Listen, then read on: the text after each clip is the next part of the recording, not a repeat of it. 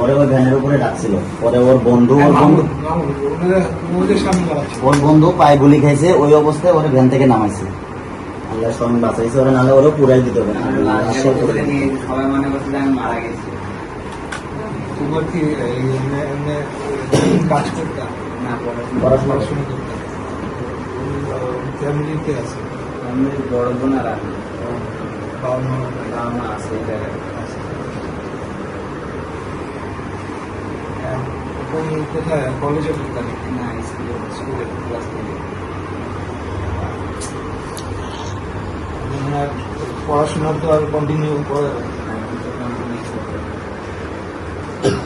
যাক, আমরা যেটা আজকে এমনি ঈদের দিন দেখতে আসছি, আমাদের কথা দিছে বিদায় আজকে আসছে, দেখা দিতে এলো না। আর আরেকটা বিষয় হলো যে যেহেতু তোমরা ক্ষতিগ্রস্ত, তোমাদেরকে ভবিষ্যতে উপার্জনের একটা সোর্স করে দেওয়া একটা রাষ্ট্রের দায়িত্ব। সেই জায়গা থেকে আমি তোমরা সবাই নাম্বার নিয়ে গেলাম।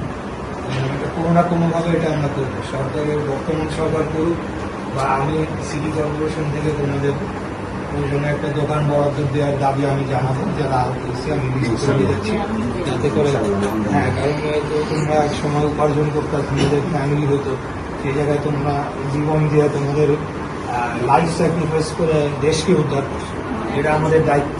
একটাই ছেলে,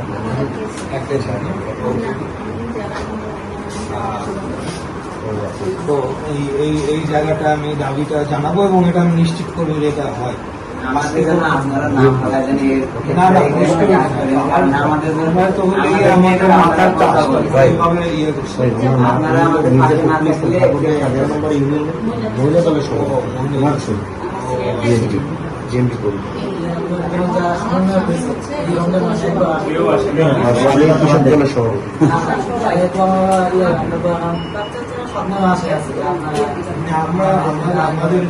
যদি আমাদের পাশে না থাকেন তাহলে আমরা কি করবো? আমাদের লিডার এইসব ব্যাপারে খুব সিরিয়াস। অলরেডি বিভিন্ন ওনার যে অন্যান্য ইউনিটগুলো আছে ওইখানে কিন্তু তথ্য সবার আছে, এবং এখন তো আর আমরা সরকারে আসি নাই, আসলে পরে আমরা করতে হবে।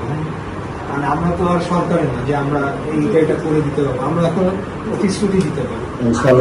আমার জায়গা থেকে আমি ঢাকার মেয়রের জায়গাটা আমি এখন আসি বা পরবর্তীতে আবার ইলেকশন করবো, আমি সিটি কর্পোরেশনের আওতায় অধীনে আমি সবাইকে চেষ্টা করবো একটা করে দোকান একটা স্থায়ী ইনকামের সোর্স, এবং এটা সম্পূর্ণ বিনামূল্যে। ঠিক আছে, তাহলে আজকে